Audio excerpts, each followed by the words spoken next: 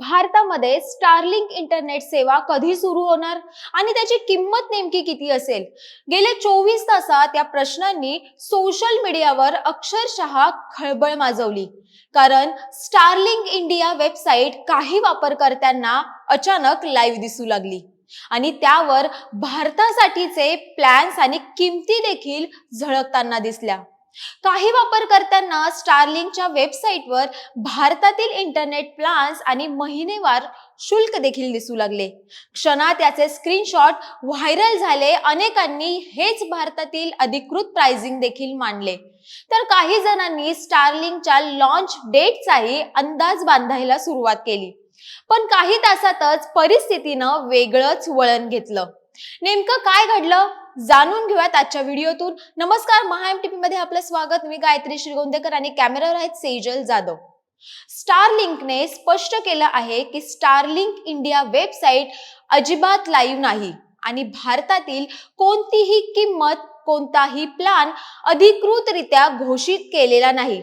जे काही लोकांना दिसलं ते फक्त एक डमी टेस्ट डेटा होता, जो क्षणभरासाठी दिसला आणि लगेच हटवण्यात आला.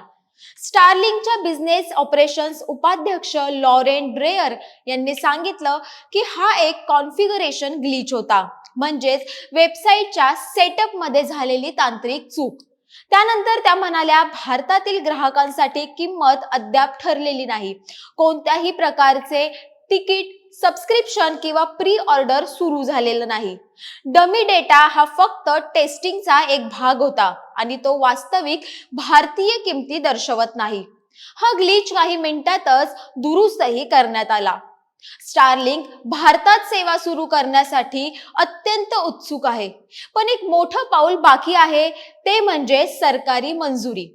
ड्रेयर यांच्या मते सध्या स्टारलिंकच्या टीम्स या भारतातील अंतिम मंजुरी मिळवण्यावर काम करत आहेत.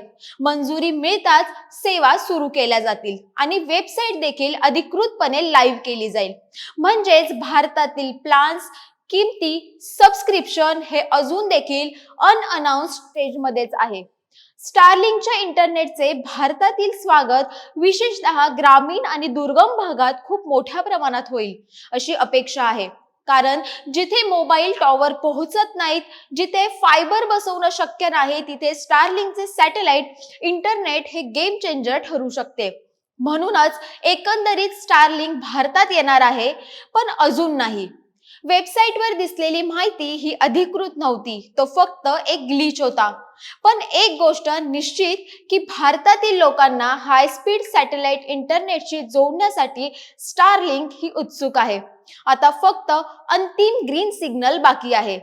या संपूर्ण कथेतला सर्वात महत्त्वाचा भाग म्हणजे स्टारलिंकने भारतात अधिकृतरित्या केलेला पहिला आणि ऐतिहासिक समझोता. तो समझोता झाला आहे हा महाराष्ट्र सरकारसोबत. मुख्यमंत्री देवेंद्र फडणवीस यांच्या उपस्थितीत स्टारलिंकच्या उपाध्यक्ष लॉरेन ड्रेयर यांनी महाराष्ट्र सरकारसोबत MOU साइन केला होता. हा करार भारतातील स्टारलिंकच्या पहिल्या सेवा प्रकल्पाचा पाया मानला जातो. लॉरेन ड्रेयर यांनी त्यावेळी सांगितलं होतं, महाराष्ट्र सरकारसोबतचा हा ऐतिहासिक सहकार्याचा क्षण आमच्यासाठी अत्यंत सन्मानाचा आहे. या कराराचा उद्देश महाराष्ट्रातील सर्वात दुर्गम आणि अल्पसेवित भागांना उपग्रह आधारित इंटरनेटद्वारे जोडणे. तर एकंदरीत वेबसाईटवरील ग्लिचनं गोंधळ निर्माण केला असेल, पण स्टारलिंकच्या भारतातील प्रवासाची खऱ्या अर्थाने सुरुवात महाराष्ट्रातूनच होणार आहे. अधिकृत मंजुरी मिळताच स्टारलिंक भारतासाठी नवा डिजिटल अध्याय लिहिण्यास सज्ज आहे. या विषयावरची तुमची मतं आम्हाला कमेंट बॉक्समध्ये नक्की कळवा.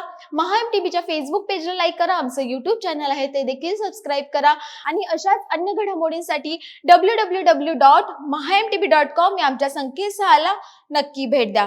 तुर्तास धन्यवाद.